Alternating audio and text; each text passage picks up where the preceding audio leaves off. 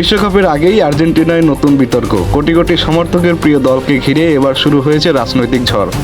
ইসরায়েলের প্রতি দেশটির প্রেসিডেন্টের প্রকাশ্য সমর্থনের পর সামাজিক যোগাযোগ মাধ্যমে ছড়িয়ে পড়েছে তীব্র আলোচনা ও সমালোচনা। প্রশ্ন উঠেছে, মাঠে খেলা শুরুর আগেই এ কেমন বিতর্ক? বিশ্বকাপের উত্তেজনায় যখন আর্জেন্টিনা জুড়ে উৎসবের আবহ, ঠিক তখনই প্রেসিডেন্টের এই অবস্থান নতুন করে আলোচনার জন্ম দিয়েছে। অনলাইনে অনেক ব্যবহারকারী ও ফিলিস্তিন প্রতিপন্থী সমর্থক অসন্তোষ প্রকাশ করেছেন। তাদের দাবি, এমন সংবেদনশীল ইস্যুতে রাজনৈতিক বার্তা অনেক ভক্তের আবেগকে প্রভাবিত করতে পারে। অন্যদিকে প্রেসিডেন্টের সমর্থকরা বলছেন এটি তার রাজনৈতিক ও কূটনৈতিক অবস্থান, যার সঙ্গে জাতীয় দলের পারফরমেন্সের কোনো সম্পর্ক নেই। ফলে বিষয়টি নিয়ে দুই পক্ষের মধ্যে চলছে তীব্র বিতর্ক।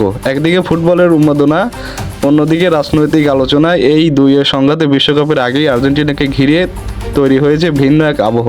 সামাজিক যোগাযোগ মাধ্যমে চলছে মতের লড়াই, পাল্টা যুক্তি আর নানা প্রতিক্রিয়া। এখন প্রশ্ন একটাই, এই বিতর্ক কি শুধু সামাজিক যোগাযোগ মাধ্যমে সীমাবদ্ধ থাকবে, নাকি বিশ্বকাপের আবহাওয়াতেও প্রভাব ফেলতে পারে? মাঠে বল গড়ানোর আগেই আর্জেন্টিনাকে ঘিরে উত্তেজনা এখন তুঙ্গে।